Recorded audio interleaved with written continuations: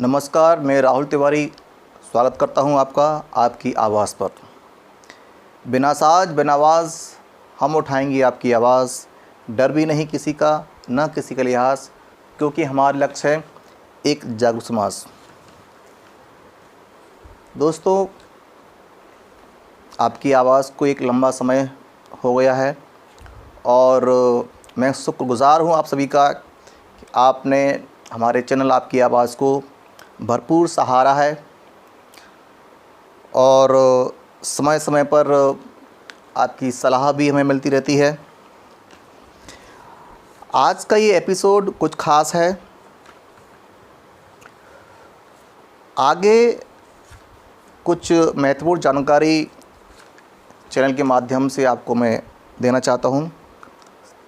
तो सबसे पहले, जैसा कि आप सब जानते हैं कि पूरे देश में कोरोना जैसी महामारी फैली हुई है, तो सबसे पहले एक डाटा है जिस पर उस डाटा से, उस जानकारी से मैं आपको अवगत कराना चाहता हूं कि देश में, प्रदेश में और हमारे शहर में कोरोना के क्या हालात हैं।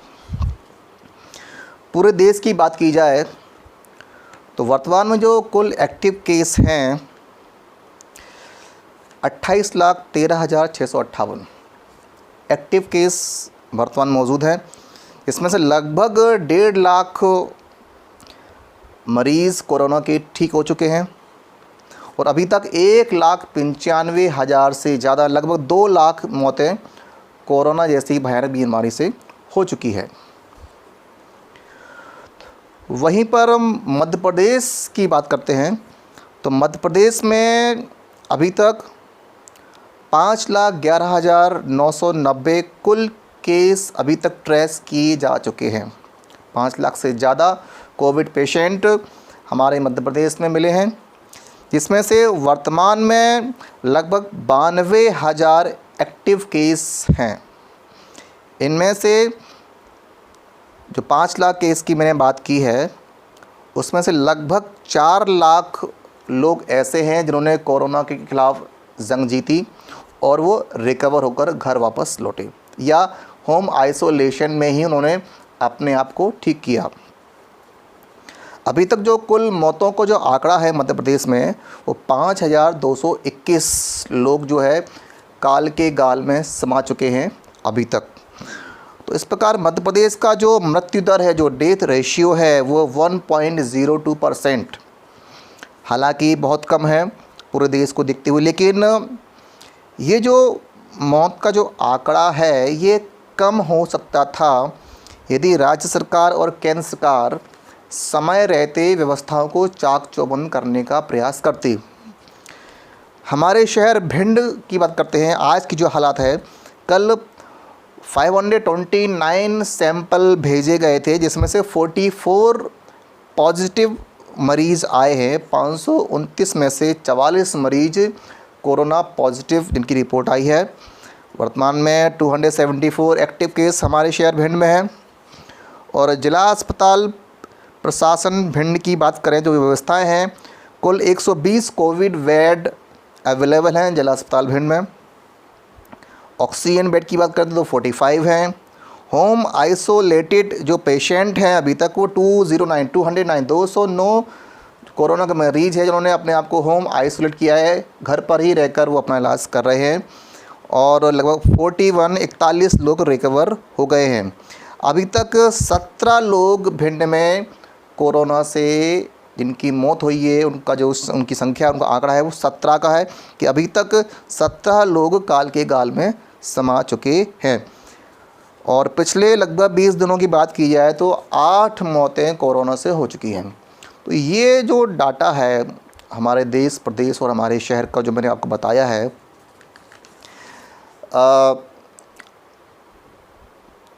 कोरोना की जो पहली लहर थी, आजकल एक शब्द है, तमाम समाचार पत्र और न्यूज़ चैनल्स हैं, उनमें एक शब्द जुड़ा जाता है जब भी वो कोरोना से संबंधित चर्चा करते हैं, तो एक शब्द है वो सुनने को मिलता है, वो दूसरी लहर, कोरोना की दूसरी लहर। मित्रों, प्रशासन से पूछा जाए, तमाम जो मीडिया तंत्र है उनसे पूछा जाए कि पहली लहर कब समाप्त हुई थी, दूसरी लहर, कभी कभी तो कुछ न्यूज़ चैनल्स में मैंने सुना कि तीसरी लहर चल रही है। मुझे एक चीज़ समझ में नहीं आती है कि कोरोना जब से शुरू हुआ है टोटल रिकवरी उसमें नहीं हुई है, बराबर ये संक्रमण फैल रहा है।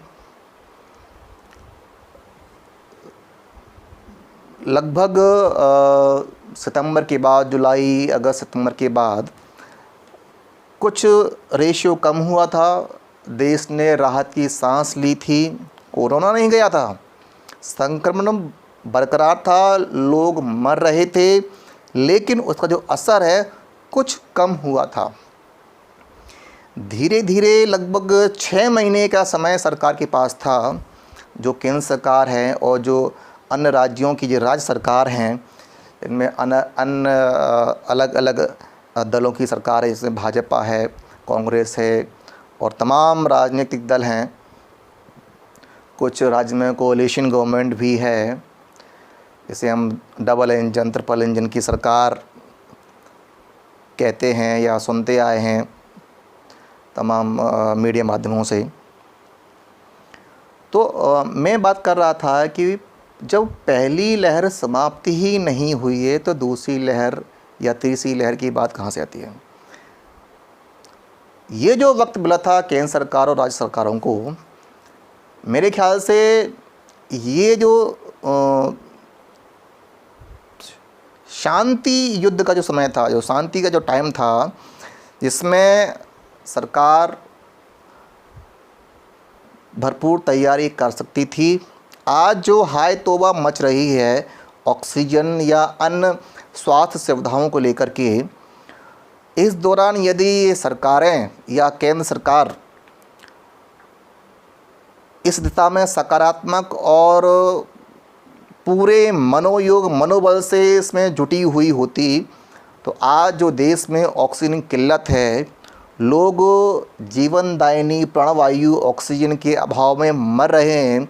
ये भारत देश का दुर्भाग्य है कि हमारे देश में हमें ये तस्वीर देखने को मिल रही है। अब आप कहेंगे, या कुछ आलोचक भी होंगे, वो कहेंगे कि भाई आप अमेरिका को देखिए, इटली को देखिए या अन्य देशों को देखिए, वहाँ तो इससे भी बुरे हालात हैं। ये कहकर आप अपनी जिम्मेदारियों से पल्ला नहीं झाड़ सकते, या सरकारें कहें इस चीज़ को या राजनेता कहें इस चीज़ को, तो ये कहकर वो इस चीज़ से पल्ला नहीं झाड़ सकते। अमूमन जो सरकार के लोग हैं उनके मुख से ये बात सुनने को मिलती है कि भाई आप अन्य देशों को तो देखिए, उसकी तुलना में भारत में तो हालात नियंत्रण में हैं। आज क्या हालात हैं, आज जो ऑक्सीजन को लेकर के मारामारी हो रही है, इवन राज्य सरकारें एक दूसरे पर ऑक्सीजन टैंकर चोरी का भी आरोप लगा रहे हैं।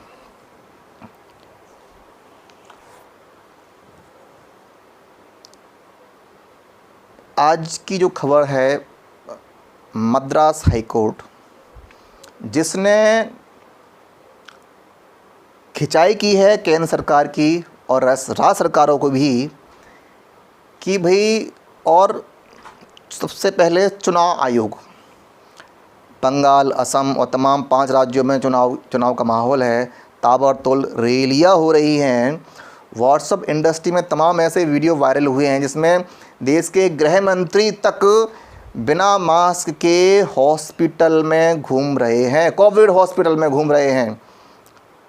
उनका चालान कौन करेगा?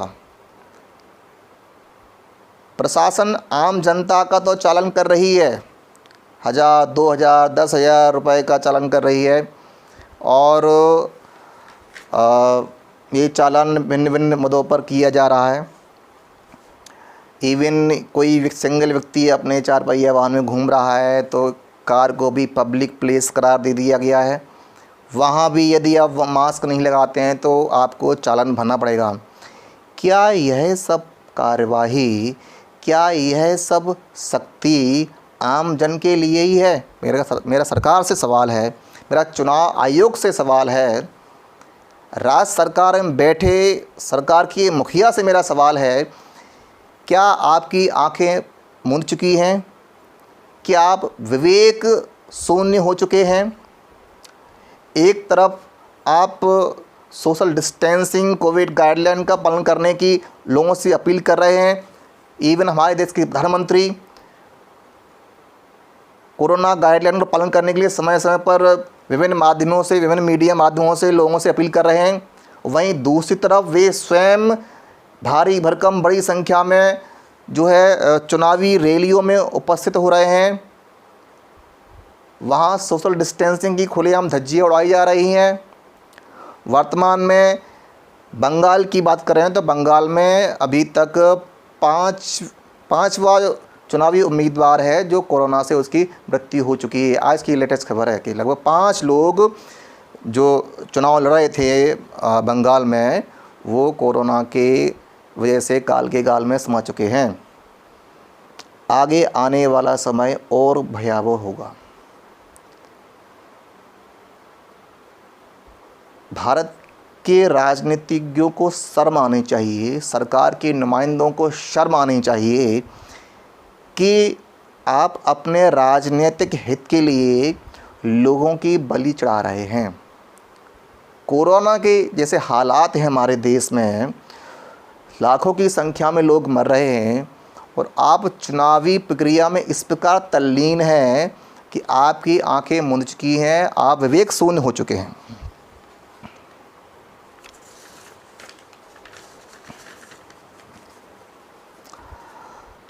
ये जो चर्चा थी राष्ट्रीय स्तर पर, न्यायालय को आगे आना पड़ा। उत्तर प्रदेश में इलाहाबाद हाई कोर्ट ने यूपी सरकार को फटकार लगाई कि आप जो है लॉकडाउन लगाइए। सरकार ने न्यायालय का तो नहीं सुना, वो हाई कोर्ट के इस निर्णय के खिलाफ सुप्रीम कोर्ट चली गई और उसके बाद भी योगी सरकार को लॉकडाउन लगाना पड़ा। भले ही वो लॉकडाउन की सूरत कुछ अलग है, कुछ रिलैक्सेशन के साथ वो लॉकडाउन लगाया गया है। अधिकतर क्षेत्रों में नाइट कर्फ्यू लगाया गया है।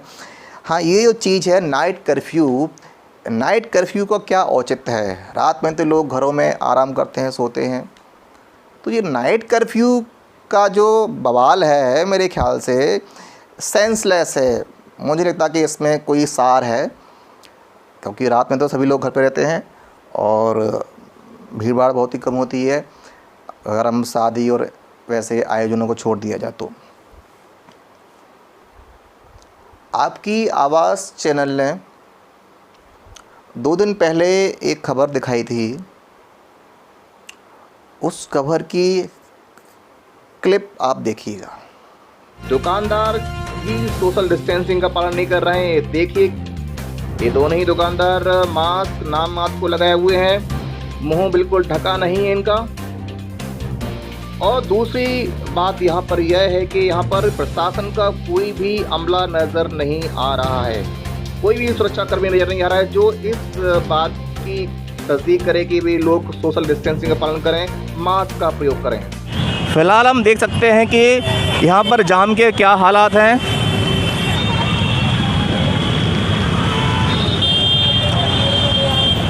परेड चौराहा का इलाका है और जाम जैसे हालात यहाँ बने हुए हैं। कैमरे पर आप स्पष्ट देख सकते हैं गाड़ियों की लंबी लाइन लगी हुई है। तो प्रशासन की जो छूट है सुबह 7 से 11 में, निश्चित रूप से यह छूट भी मेरे ख्याल से प्रशासन के लिए आगे आने वाले समय में सर दर्द बनने वाली है। देखा आपने, आपकी आवाज़ की जो खबर थी, इस खबर में मैंने स्वयं ग्राउंड रिपोर्टिंग की है और इस खबर के माध्यम से भिन्न प्रशासन को मैंने आगाह किया था कि यदि आपने सख्ती नहीं बरती तो निश्चित रूप से भिन्न प्रशासन के द्वारा, भिन्न जिला प्रशासन के द्वारा जो मेहनत की जा रही है, जो भी श्रम किया जा रहा है, वह श्रम निश्चित रूप से जो काबिल तारीफ़ है। भिन्न प्रशासन एड़ी चोटी का जो ला करके लगा हुआ है,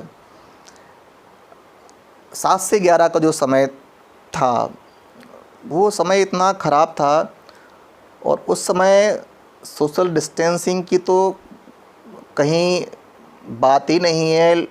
लोगों का हुजूम बाज़ार में इस प्रकार उमड़ा था कि सोशल डिस्टेंसिंग की तो धज्जियां उड़ रही थीं। इवन बड़ी संख्या में लोग मास्क का भी प्रयोग नहीं कर रहे थे।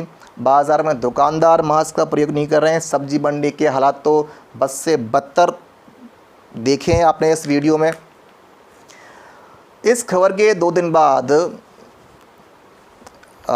हमारी चर्चा हुई भिंड शहर कोतवाली के टीआई श्री राजकुमार शर्मा जी से। उनसे भी हमने यह प्रश्न किया कि 7 से 11 का जो समय है, ये समय बहुत ख़राब है। यदि प्रशासन ने अपनी गाइडलाइन चेंज नहीं की तो निश्चित रूप से आगे यह सर दर्द का कारण बनेगी। श्री मनोज सिंह, पुलिस अधीक्षक भिंड, उनसे भी यह प्रश्न किया गया।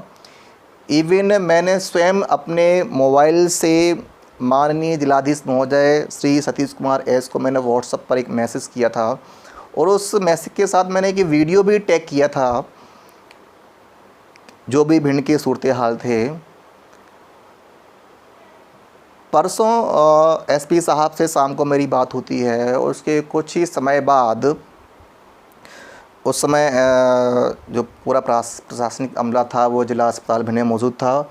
उसी समय मेरी पुलिस अधीक्षक महोदय जी से बात होती है इस संदर्भ में, और कोइंसिडेंटली ज़िले के कोविड प्रभारी मंत्री श्री OPS भदौरिया जी का भी वहाँ पर दौरा हुआ, और लगभग 1 घंटे की मीटिंग चलती है। इसी दौरान व्हाट्सएप पे एक नई सूचना आती है कि अब 7 से 11 का समय भी लॉकडाउन में रहेगा। दुकानें पूर्णतः बंद रहेंगी। जिन भी दुकानदारों को सामान देना है, आवश्यक सामान, वो सिर्फ़ और सिर्फ होम डिलीवरी के माध्यम से दिया जाएगा। तमाम धार्मिक स्थल हैं वो बंद रहेंगे, और जितने भी मैरिज हाउसेस हैं, मैरिज गार्डन्स हैं, वो बंद रहेंगे। शादियां अधिकतम 20 से 25 लोगों की उपस्थिति में संपन्न होंगी। ये आदेश आता है,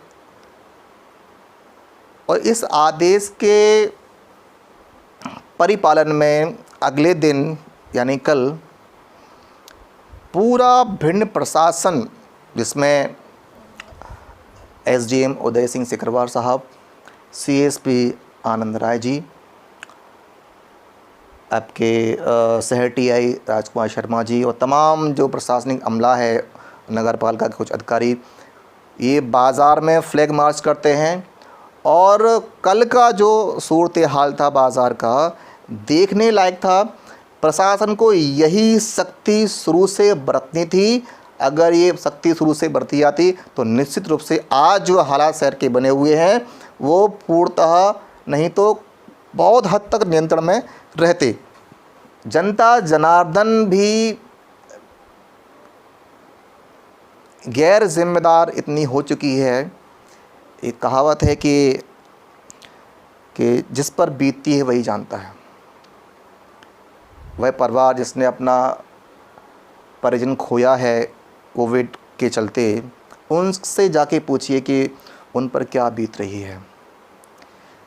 हम लोगों को, हम जनता को, हम पब्लिक को समझना चाहिए, मामले की गंभीरता को समझना चाहिए। तमाम जो दुकानदार हैं, जो दुकानें नहीं ये मौत का सामान सजाए बैठे हैं, जो खुद भी तो संक्रमित हो गए ही, और जो तमाम ग्राहक आ रहे हैं वहाँ पर, उनको भी संक्रमण फैलाएंगे। तो ऐसे दुकानदार, ऐसे लोगों पर निश्चित रूप से सख्ती बरतना चाहिए प्रशासन को। व्हाट्सएप पर हम तमाम एक वीडियो देखते रहते हैं कि भाई पुलिस के द्वारा बर्बरता बरती जा रही है। क्यों? पुलिस को डंडा उठाने की या सख्ती बरतने की ज़रूरत क्यों पड़ी? इसके लिए कहीं न कहीं हद तक जनता भी ज़िम्मेदार है। जनता कतई अपनी जिम्मेदारियों को नहीं समझ रही है, और निश्चित रूप से इस प्रकार के लापरवाह लोगों को उसी हिसाब से ट्रीटमेंट मिलना भी चाहिए। इसी दौरान एक नई खबर आती है, एक सकारात्मक खबर। उसके पहले कल का जो सीन था बाज़ार का, प्रशासन किस तरह से एक्शन के मूड में था, देखिए इस वीडियो के माध्यम से।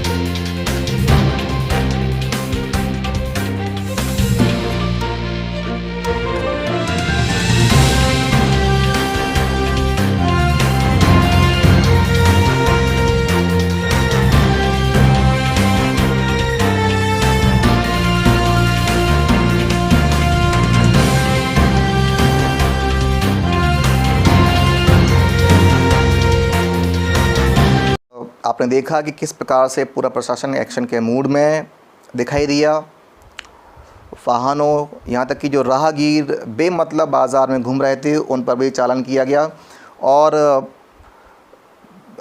माननीय जिलाधीश महोदय का सख्त आदेश है, सख्त निर्देश है कि यह जो सख्ती है निरंतर जारी रहेगी और जारी रहनी भी चाहिए यदि हमें अपने शहर को कोरोना से बचाए रखना है। तो इसी बीच मैं एक चर्चा करना चाहूँगा बहुत ही महत्वपूर्ण बिंदु पर।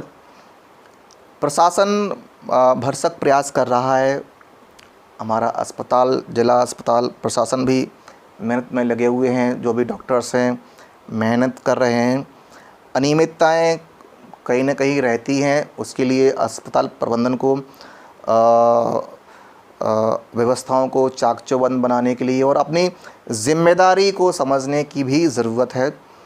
पुलिस अधीक्षक भिंड मनोज सिंह, जो कि अपनी क्रिएटिविटी के लिए मशहूर हैं, एक नवाचार पुलिस अधीक्षक महोदय मनोज सिंह साहब ने चालू किया है।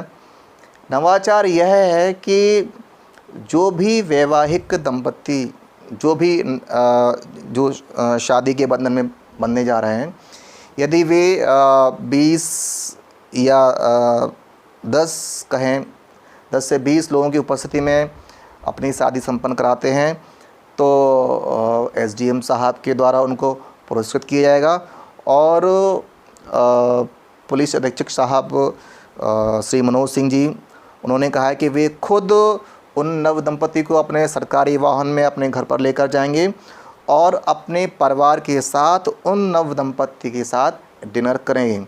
बहुत ही अच्छी सोच है पुलिस अधीक्षक भिंड की, अपनी क्रिएटिविटी के लिए जाने जाते हैं और कुछ न कुछ नया एक्सपेरिमेंट करते रहते हैं लोगों को जागरूक करने के लिए। देखिए पुलिस अधीक्षक महोदय से आपकी आवाज़ की क्या बातचीत हुई। क्योंकि ये पेंडेमिक का दौर है और इस महामारी से बचने के लिए हमें पूरे समाज के बारे में सोचना पड़ेगा। प्रशासन एवं पुलिस द्वारा बार बार अपील किया जा रहा है कि आप अपने शादियों को स्थगित कर दें। अगर स्थगित नहीं करते हैं तो कम से कम लोगों को अपने शादियों में बुलाएं। इसी को आगे बढ़ाने के क्रम में भिंड पुलिस ने ये घोषणा की है कि अगर कोई जोड़ी जो अपनी शादी में किसी को नहीं बुलाएगा, मात्र 10 लोगों से या उससे कम में शादी करेगा, तो उनको सरकारी वाहन में मैं अपने घर पर लाऊंगा और उनको अपने घर में अपने साथ जो है डिनर कराऊंगा, जिसमें मेरी भी फैमिली शामिल रहेगी। सर, सुबह 7 से 11 में प्रशासन के द्वारा जो छूट दी गई है जनता के लिए, 7 से 11 में मार्केट में इतना रश रहता है, खासकर सब्जी मंडी का जो इलाका है वहाँ पर इवन जो शॉपकीपर्स हैं, जो वेजिटेबल सेलर्स हैं, वो भी मास्क का प्रयोग नहीं कर रहे हैं। ऐसी स्थिति में स्थिति बनने की बजाय बिगड़ जाएगी और निश्चित तौर पर आगे आने वाले समय प्रशासन के लिए ये सफल बनेगा। तो इसको जी, आपका कहना सही है। इसमें लगातार कार्रवाई की जा रही है और उन्हें वार्ड वाइज भेजा जा रहा है। वार्डों में लोगों से बातचीत की गई है और इन्हें तीतर बीतर करके और वार्डों में भेजा जाएगा। धन्यवाद। तो आपने सुना श्री मनोज सिंह पुलिस अधीक्षक भिंड ने कहा कि वे भरसक प्रयास कर रहे हैं और ज़िले की जो व्यवस्थाएं हैं उनके बारे भी उन्होंने प्रयास डाला कि वार्ड वाइज वो पैनल्स बना रहे हैं और जैसे भी हो हालात नियंत्रण करने के लिए वे हर संभव प्रयास करेंगे। तो मित्रों, आज के लिए सिर्फ इतना ही। आपकी आवाज़ और मेरी स्वयं की ओर से आप लोगों से गुजारिश है कि कृपया घर पर रहें, अनावश्यक रूप से बाहर ना निकलें, सोशल डिस्टेंसिंग मेंटेन करें। यदि आवश्यक है, यदि आप बाहर जाते हैं तो सोशल डिस्टेंसिंग को स्ट्रिक्टली मेंटेन करें, मास्क का प्रयोग अवश्य करें और ऐसी किसी जगह जाने से बचें जहां पर संक्रमण की आशंका हो। खुद भी मास्क लगाएं, दूसरों को भी प्रेरित करें, सोशल डिस्टेंसिंग मेंटेन करें, क्योंकि 2 गज दूरी, मास्क है ज़रूरी। घर पर रहें, सुरक्षित रहें। नमस्कार।